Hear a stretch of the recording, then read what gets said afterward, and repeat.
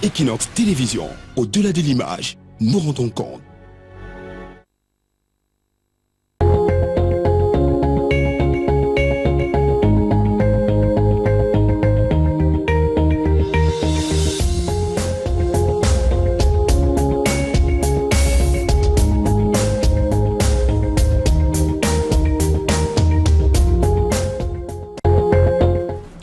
Bonjour chers téléspectateurs, bienvenue à cet autre numéro, la première livraison de la semaine de la revue des grandes unes avec nos invités. J'ai déjà bien installé pour commenter donc avec nous ces grandes unes. Avant de leur donner la parole, revisitons donc tous ensemble ces grandes unes dont la plupart des publications de ce lundi. On commence avec la nouvelle expression qui revient sur l'affaire Basile à Tanganakuna. Affaire à Tanganakuna, nous dit le journal, un complice paye 1,7 milliard de francs CFA. L'un des accusés de nationalité belge qui respire un air de liberté dans son pays depuis quelques jours a arraché sa tête des cerfs de l'épervier en remboursant la somme pour laquelle il était poursuivi, abandonnant ainsi l'ancien ministre dans ses eaux boueuses du côté de Kondengui. Sur le journal qui revient donc sur ce remboursement effectué par l'investisseur belge Jacques Massard, contre qui, avec à ses côtés à Tanganakuna,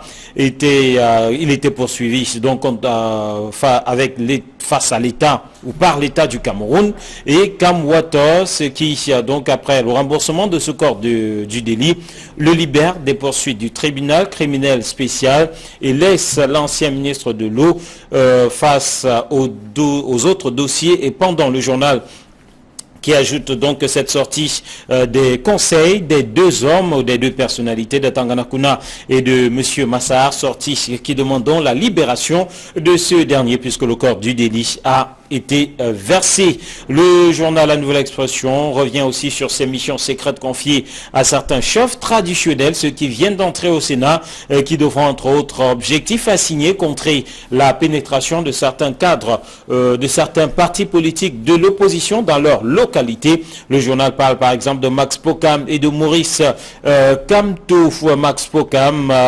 sénateur, qui devra donc contrer la percée du parti de Maurice Kamtouf, non seulement dans sa chefferie, mais aussi dans son département. Pour Max Pokam.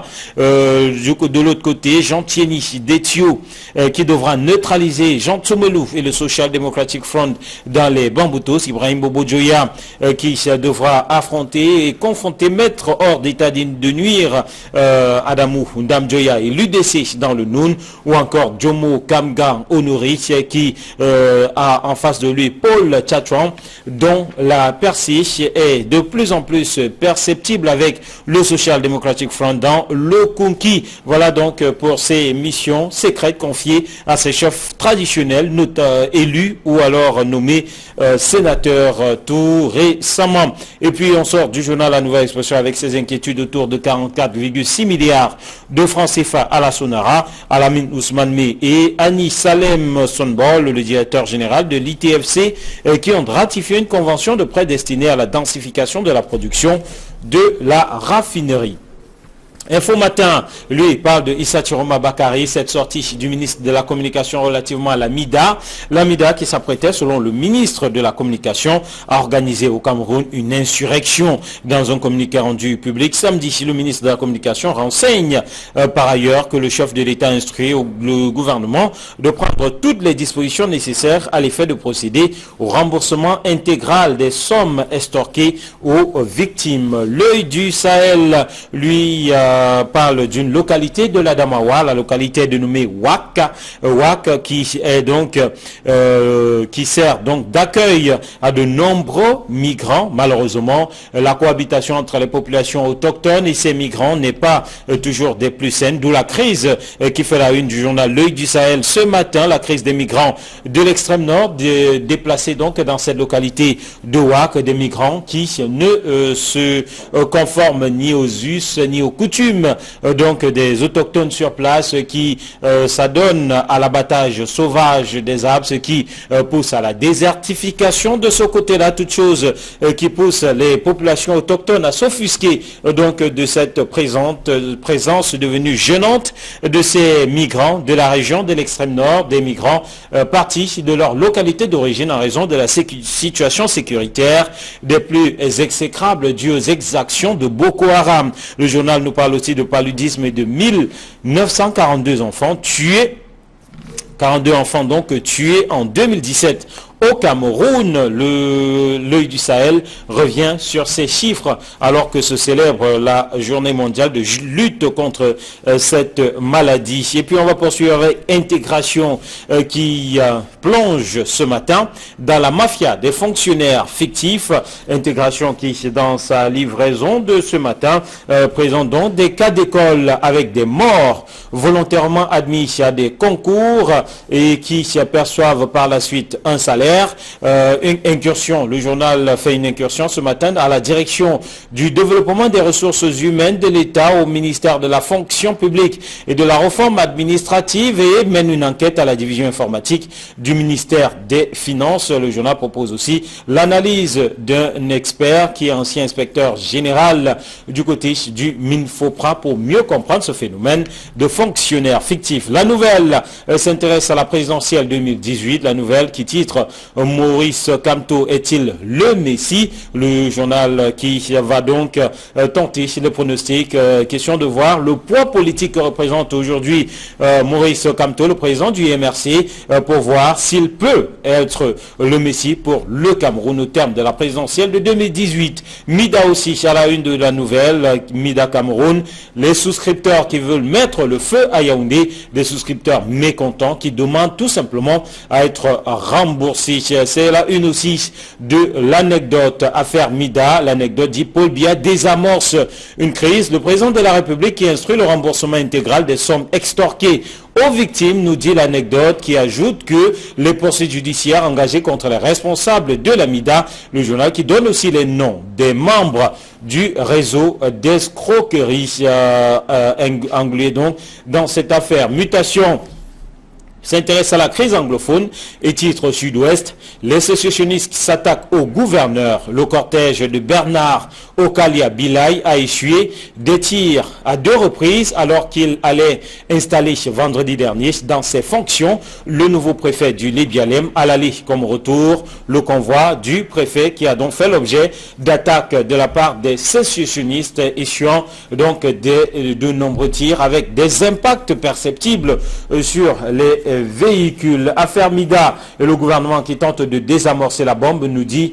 le journal L'Anecdote ce matin. Dans sa publication, l'essentiel parle aussi de l'affaire Mida et de Paul Biya qui sauve les souscripteurs face au désarroi des victimes, jeunes pour la majorité d'entre elles. Le président de la République a décidé de suspendre les activités de la mission d'intégration et de développement pour l'Afrique Mida et a instruit le gouvernement de prendre toutes les dispositions nécessaires à l'effet de procéder au remboursement intégral des sommes extorquées par cette organisation. Le journal essentiel qui propose ce matin un dossier sur cette affaire aux pages 6 et 7. Le soir, vous parle de déstabilisation du Cameroun, en tout cas en termes d'interrogation par rapport à l'aéroport international de Douala. Pourquoi veut-on déstabiliser le Cameroun, s'interroge le soir Triebdo dans le cadre de l'opération de routine. Les infrastructures de l'aéroport international de Douala ont été passées en revue jeudi dernier au cours d'une visite de presse organisée par l'ADC. Les différents partenaires se sont rassurés de la crédibilité du dit aéroport et de par le satisfecit des travaux qui ont été menés ces derniers jours. Une modernisation qui consacre l'arrivée dans les tout prochains jours, nous dit le journal Le Soir Triebdo, de 3 nouvelles compagnies au sein de l'aéroport de Douala, soit Congo Airways, South Africa Link et Afrique Jet qui rejoindront la quinzaine de compagnies qui y exercent déjà. Cameroun Tribune parle de la 46e fête nationale et la sécurité qui sera assurée, nous dit le quotidien gouvernemental, qui ajoute que des dispositions spéciales ont été prises au cours de la réunion d'évaluation sécuritaire présidé vendredi sur instruction du chef de l'État, chef des armées, par le ministre de la Défense, Joseph Betty Assomo. Éco Matin nous parle de finances et le Cameroun qui dispose de 1579,9 milliards de francs CFA auprès du Trésor français. Le journal s'appuie sur un rapport, le dernier rapport de la Banque des États de l'Afrique centrale, le rapport de l'année 2017 que vient de publier cette banque, et un rapport qui présente une année 2017 difficile avec un bénéfice en net recul de près de 87 milliards de francs CFA. Le Cameroun lui reste le seul pays de la zone CEMAC qui sort du lot avec des performances financières encore positives. C'est à dire donc dans Éco Matin. Le quotidien de l'économie parle de la MIDA et de la 7e vague de MIDA qui emporte 12 000 associations à leur côté. De centaines d'autres individus ont des intérêts financiers que l'État s'engage à retrocéder à cette 7e vague en attente de paiement de la mission d'intégration et de développement pour l'Afrique MIDA. Le financier d'Afrique, lui, parle ce matin de monnaie, de jeu trouble de Dominique Strauss-Kahn. Dans sa publication récente sur cette monnaie, l'ancien ministre français de l'économie et des finances énonce des limites et donne quelques pistes de réforme, oubliant que c'est lui, nous dit le financier d'Afrique, qui l'a placé dans cette situation en 1998 lors du passage à l'euro. Voilà donc pour ces principales unes, pour ces grandes unes. Retrouvons nos invités, donc déjà installés. Thierry Chignopé, bonjour. Bonjour Eric Martial Dumont, bonjour également Bernard Batana. Je n'oublie pas de dire bonjour aux téléspectateurs de la rue des Grandes. Allez, merci, bienvenue à vous, bienvenue Bernard. Bonjour Eric Martial, bonjour Thierry, bonjour à tous les téléspectateurs. Alors, on va démarrer ce commentaire des grandes unes avec le journal Mutation. Cette information à la une du journal Mutation, le gouverneur de la région du Sud-Ouest qui a essuyé donc des tirs, des attaques sécessionnistes, quand la principale autorité d'une région se trouve ainsi attaquée. Que peut-on dire de plus en termes de commentaires, Thierry?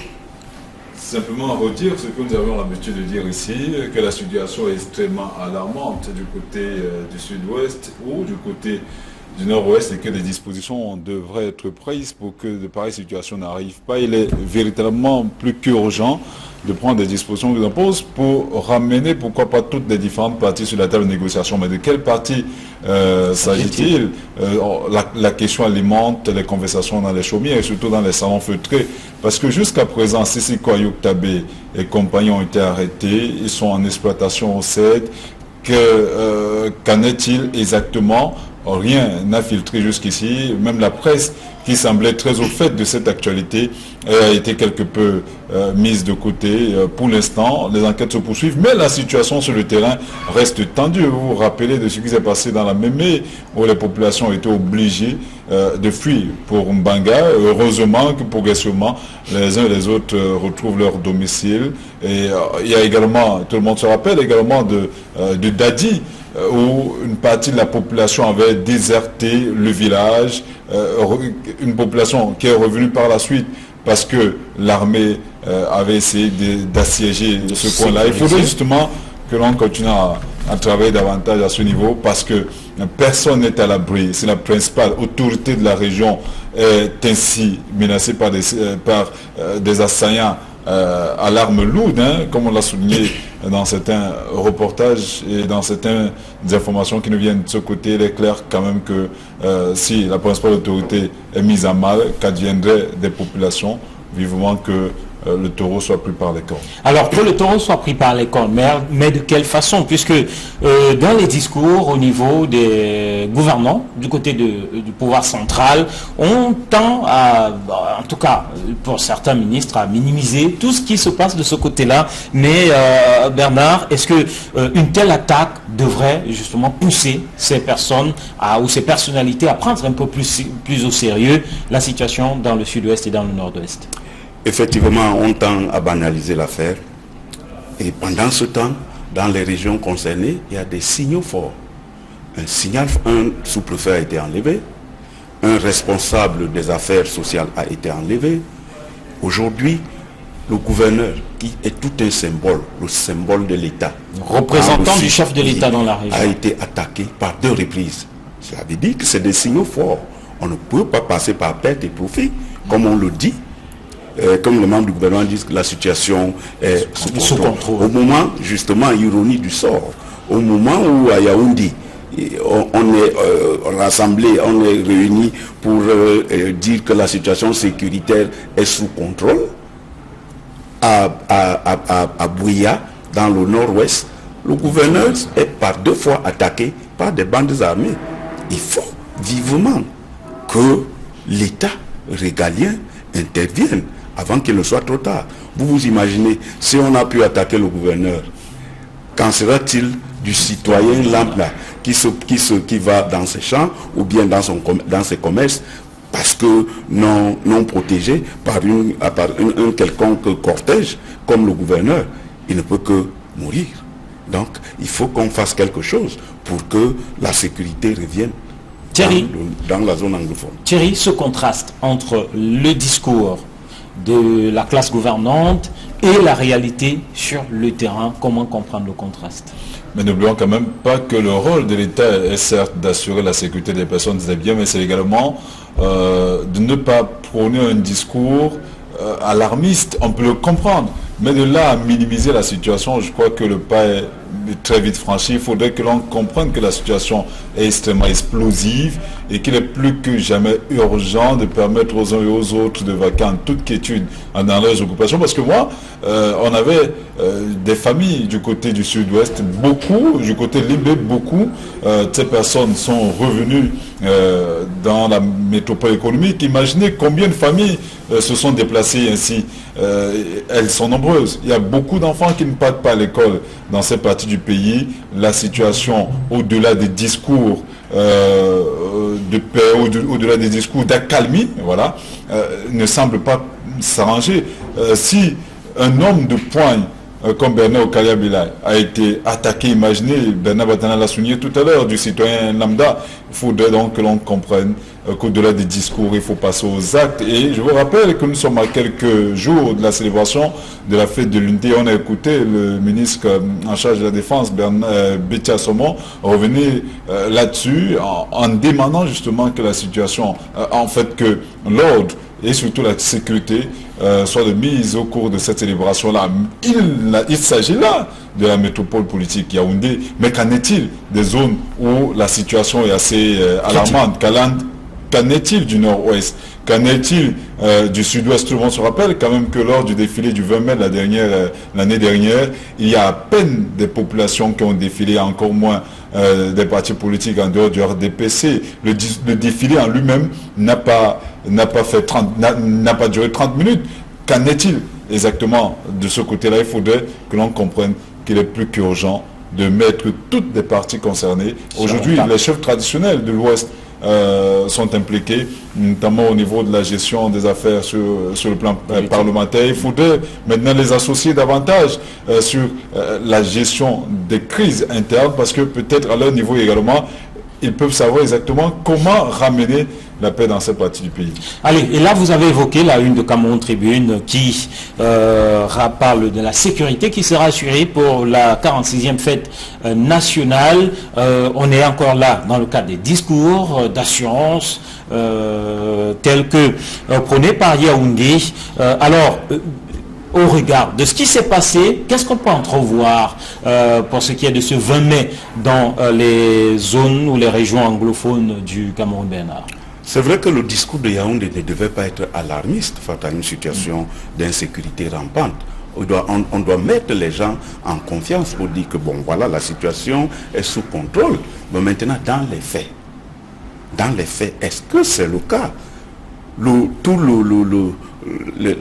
L'espoir, toute la volonté des Camerounais, du citoyen lambda, c'est qu'il y ait cette sécurité et que la fête du 20 mai se passe suivant les règles. En termes de projection, justement, à quoi va ressembler le 20 mai dans ces zones? Certains peuvent dire qu'à Bouya, à Bamenda, voilà, d'une façon ou d'une autre, les choses pourraient se passer, mais quid des régions reculées ou des zones, des localités reculées du nord-ouest et du sud-ouest? L'histoire nous renseigne, comme l'a dit Thierry là, que l'an dernier, ce n'était pas le cas. La fête du 20 mai a duré entre 30 minutes. On peut craindre que cette année, qu'il y ait un remake de l'an dernier. C'est pour cela que le pouvoir, j'utilise toujours ce mot, le pouvoir régalien devait mettre les gens en confiance. Et mettre les gens en confiance, c'est les mettre en sécurité. Et c'est de mettre des structures telles que quelqu'un, quand il sort de chez lui, qui sache, qui se sente en sécurité. Et il nous semble que ce n'est pas le cas aujourd'hui dans les régions du nord-ouest et du sud-ouest. Voilà, on va évoquer un autre sujet qui fait la une de plusieurs journaux ce matin, c'est cette fameuse affaire Mida, l'anecdote, et bien d'autres journaux en parlent. Ce matin, l'État qui désamorce la bombe, Info Matin qui donne la parole, qui reprend donc qui reprend Issa Thioma Bakari, qui déclare que la Mida s'apprêtait à organiser une insurrection au Cameroun. L'essentiel qui nous dit que Paul Biya sauve les souscripteurs. Mais pour beaucoup de lecteurs, pour beaucoup de téléspectateurs, la question, c'est quoi cette affaire? Écoutez, on est en train d'agir là comme si c'est une affaire qui date d'aujourd'hui. Non, c'est quand même la 7e vague. Je crois quand même qu'il y a le journal, le quotidien de l'économie quand même qui est revenu là-dessus. C'est la 7e vague. Ça veut dire que ce n'est pas la première fois qu'une telle opération voit le jour. Cela a prospéré au vu et au su des autorités administratives qui aujourd'hui semblent décrier cette situation. Peut-être c'est à la faveur des réseaux sociaux, à la faveur de toute cette communication tout azimut, parce que les images ont quand même fait le tour du monde grâce à la toile. On a vu des milliers de jeunes assis à main le sol et d'autres même brandissant des centaines de mille récoltés grâce à une petite épargne. En réalité, il s'agit au-delà, voilà, on a eu comme l'impression que c'est qu'on était là à la quête sans cesse effrénée de l'argent facile. Mais moi je crois qu'au-delà de cet aspect, il faudrait justement que l'on s'interroge sur qu'est-ce qui pouvait amener ces jeunes à se lancer dans de pareilles initiatives. Il est clair qu'on a comme l'impression que la jeunesse camerounaise est de plus en plus en proie, pas au gain facile, mais en proie aux difficultés qui l'entraînent, bon an, mal an, à aller vers ces initiatives parfois foireuses, parfois ces initiatives d'escroquerie et parfois ces recrutements sectaires, tels que cette association semble être présentée aujourd'hui au sein du corps social. Maintenant, le chef de l'État a instruit le remboursement de ces personnes-là parce que en réalité, la situation a fini par exploser. Mais si l'affaire n'avait pas explosé, n'avait pas été étalée au grand jour, les responsables de la MIDA auraient continué à gérer leurs activités sans que cela ne dérange personne. Aujourd'hui, M. Thioma les présente comme en fait, comme des escrocs, ou alors des personnes qui ont déstabilisées. Voilà, d'autres même les présentent comme cette personne qui était en train d'enrôler ces jeunes en vue de déstabiliser le Cameroun. Mais je dis, ce n'est pas la première, c'est la 7e vague et chaque année, de pareilles opérations avaient lieu. Blanchiment d'argent, escroquerie, préparation d'une insurrection, tout se dit aujourd'hui sur ces jeunes qui ont initié donc cette MIDA. Mais la curiosité, c'est que ils réunissaient des milliers de jeunes au vu et au su de tous. C'est un élément important et que subitement, voilà, d'un coup comme ça, cette classe gouvernante se lève et diabolise ces personnes de cette façon. Comment comprendre cela, Bernard? Oui, réunir des milliers de jeunes, ça rentre dans le principe même de cette organisation. Le MIDA, la MIDA, c'est la mission d'intégration et de développement pour l'Afrique. Là, c'est le nom alléchant qu'on prend. Il faut peut-être rentrer dans le principe même pour comprendre la supercherie. Il s'agit d'un montage financier frauduleux qui a pour principe que les nouveaux épargnants payent les anciens. C'est sous forme de pyramide qu'on a appelé la pyramide de Charles Ponzi, qui prend ses origines en 1920 aux États-Unis, où l'homme il a créé cette situation, une situation qui se repose sur les grands nombres. C'est pour ça que les jeunes se ruaient. C'est-à-dire que plus on payait, plus on on recevait. C'est-à-dire que ceux d'aujourd'hui ont payé pour ceux qui ont payé hier. Et la pyramide est d'autant plus stable qu'elle est étalée au niveau de la base. C'est-à-dire quoi? Quand les épargnants, les nouveaux épargnants refusent de payer de souscrits, du coup, la pyramide s'écroule et on découvre la supercherie. C'est ce qui s'est passé exactement. C'est-à-dire que les épargnants ont refusé et la pyramide s'est écroulée. Il faut dire que le paiement de ces souscriptions se faisait par un taux d'intérêt qui est de 500%, qui défie toute concurrence. C'est de là, à partir de là, que les gens ont compris en fait c'était une supercherie. Mais entre-temps, ils ont pu collecter, on parle du milliard. De plusieurs Parce milliards. que quand la police est allée sur les lieux, ils ont trouvé beaucoup d'argent et les épargnants se sont interposés. Donc il s'agit ici d'une escroquerie de haut vol. De haut vol qui se faisait, comme vous le dites, au nez et à la barbe des autorités en charge des finances de ce pays. Alors, finalement, est-ce qu'il n'y a pas de complicité Voilà, maintenant, il faut que la justice établisse des complicités. Mais en tout état de cause, il s'agit d'une escroquerie. Et les épargnants étaient plutôt mus par le gain facile. Ce n'est pas trop la pauvreté, c'est le gain facile, c'est la fémania, c'est les gens qui veulent avoir de l'argent, ils veulent tout de suite et immédiatement. On lui dit que lorsque tu souscris 12 000, quelques jours après, tu as 70 000. Et du coup, les associations se sont ruées, ils ont financé l'affaire, ils ont pompé de l'argent et bon, on se retrouve devant une situation où le président de la République doit intervenir. Non, mais moi je dis, c'est cautionner la course à l'enrichissement illicite. Parce que, de toute évidence, comment est-ce qu'on va payer? Le nominal ou bien la somme cumulée? Parce que c'est tout un imbroglio dans l'organisation de cette affaire mafieuse qui a échoué. Et moi je pense que les épargnants n'ont qu'à s'en prendre à leur propre turpitude. Parce que, à l'évidence, on ne peut pas se lever un matin et penser que lorsqu'on donne 12 millions, quelques jours après, on va recevoir 60 millions. C'est irréaliste. Allez, merci Bernard pour ces explications, je pense assez clair. Merci Thierry d'être venu. Merci à vous qui êtes restés en notre compagnie, madame, monsieur. Demain sera un autre jour et bien sûr, nous serons là pour un autre numéro. Entre-temps, je vous souhaite de passer une très belle suite des programmes sur Equinox Télévision.